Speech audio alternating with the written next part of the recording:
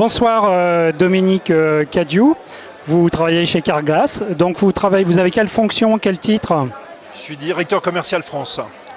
D'accord.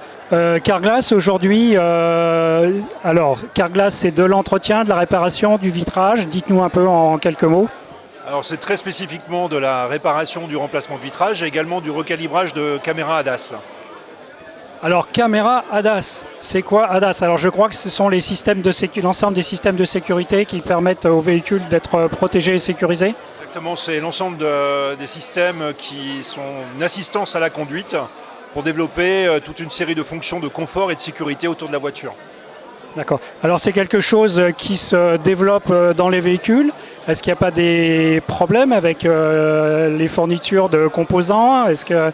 Est-ce que ça continue à se développer ou est-ce qu'on a fait le tour des systèmes de sécurité? Alors il y a deux questions dans ce que vous posez. D'abord, y a-t-il des problèmes de composants? En ce qui nous concerne, non, puisque nous avions anciennement des dispositifs Ella Gutmann. Et là, on a tout renouvelé en Bosch. Et on n'a absolument aucun problème de composants. On est capable de faire de l'ADAS partout en France. Sur tout type de véhicules, des VP, des utilitaires légers? Absolument, l'ensemble des véhicules légers, véhicules utilitaires. Par rapport à tous les ADAS qui existent sur le marché, nous sommes capables de recalibrer exactement 99% des systèmes de caméras embarquées derrière le pare-brise. Et ces caméras, comme vous le savez, gèrent toute une série de fonctionnalités d'aide et d'assistance à la conduite, comme par exemple le système de freinage d'urgence ou la vitesse adaptative en fonction de la distance du véhicule qui est devant.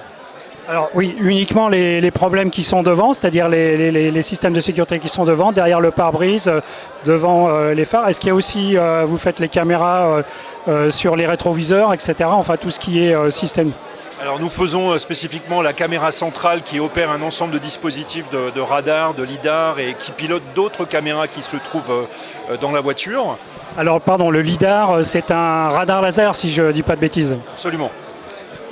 Et comment s'est passé ces années de crise entre le Covid, etc.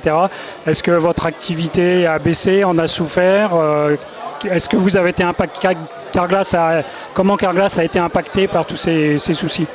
Alors, on a été évidemment impacté sur l'année 2020 où l'ensemble du marché du bris de glace a subi une chute de 10%, 10-12% au niveau du total marché entre les flottes d'un côté et les particuliers de l'autre. Évidemment qu'on a été impacté. Au niveau chiffre d'affaires, tout de même, il s'est bien développé cette année-là dans la mesure où l'ensemble des aides à la conduite contribuent à développer la valeur moyenne de la réparation et du recalibrage notamment. Et pour l'année 2020, nous avons battu un record puisque nous avons dépassé les 450 millions d'euros, donc un fort rebond sur l'année 2021. Alors, vos objectifs sur 2022, vous sentez l'année comment? Parce qu'elle a démarré difficilement avec une autre crise qui est une guerre. Et est-ce que vous allez proposer d'autres services ou vous continuez à vous cantonner à ce que vous faites déjà, ce qui est déjà pas mal?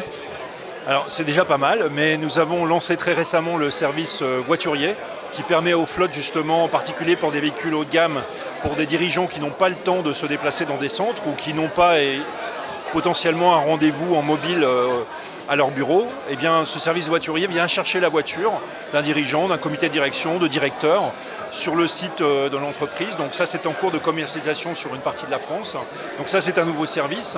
Et par rapport à tout ce qui se passe avec l'Ukraine, la Russie, ce qui est malheureux, effectivement, les conséquences sont effectivement dramatiques au niveau des chaînes d'approvisionnement, des flux logistiques et deuxièmement au niveau de l'inflation des coûts de l'énergie, comme vous le savez, le gaz, le pétrole, mais surtout le gaz parce que ce qu'il faut savoir dans l'industrie du vitrage, c'est que le poste gaz dans les usines pour produire du verre est passé grosso modo de 15-20% du coût total du vitrage à 40%. Donc ça a développé l'inflation des produits finis de vitrage en usine. Donc ça, c'est le vrai challenge de l'année 2022. En ce qui concerne les approvisionnements, on arrive à s'en sortir très bien malgré ces tensions et ces problèmes maritimes et routiers. On est couvert complètement sur toutes nos références jusqu'à fin septembre 2022. Donc ça n'est pas un problème. Et ce qu'on peut dire de l'année 2022 aussi, c'est l'explosion des ADAS qui continue à se développer. Au niveau des flottes, on peut estimer que Sur l'ensemble des véhicules de flotte qui se présentent chez Carglass, il y a un peu plus de 40% des modèles aujourd'hui qui ont à recalibrer la caméra. Et c'est bien plus que ce qu'on observe sur le marché des particuliers qui se situe à 18%. Donc ADAS, plus qu'avant, est vraiment un service sur lequel on était précurseur en France. On a été les premiers à le lancer en 2015. Et je rajouterai qu'il y a une actualité qui va tomber le 1er mai que beaucoup de responsables de flotte connaissent. Allez-y, donnez-nous un scoop.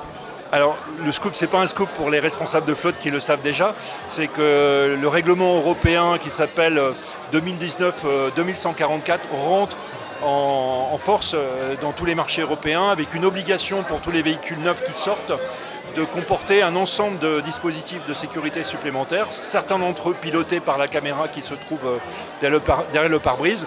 Et c'est d'autant plus important du coup de recalibrer cette caméra après le remplacement d'un pare-brise pour bien s'assurer de sa fonctionnalité et de s'assurer que l'ensemble des dispositifs de sécurité de la voiture continuent de fonctionner. Alors pour terminer, 2 chiffres. Votre réseau, c'est combien de centres et c'est combien de véhicules itinérants qui vont dans les flottes ou chez les particuliers?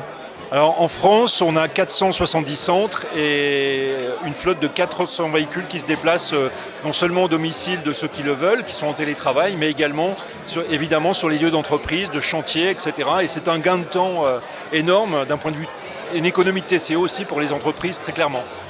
La part entre les voitures particulières et les utilitaires légers, entre les voitures particulières et les véhicules de flotte, c'est quoi la répartition? Alors chez nous, c'est un gros 25% qui vient du monde de l'entreprise et 75% particulier.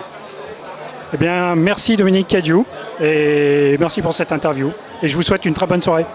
Merci à vous.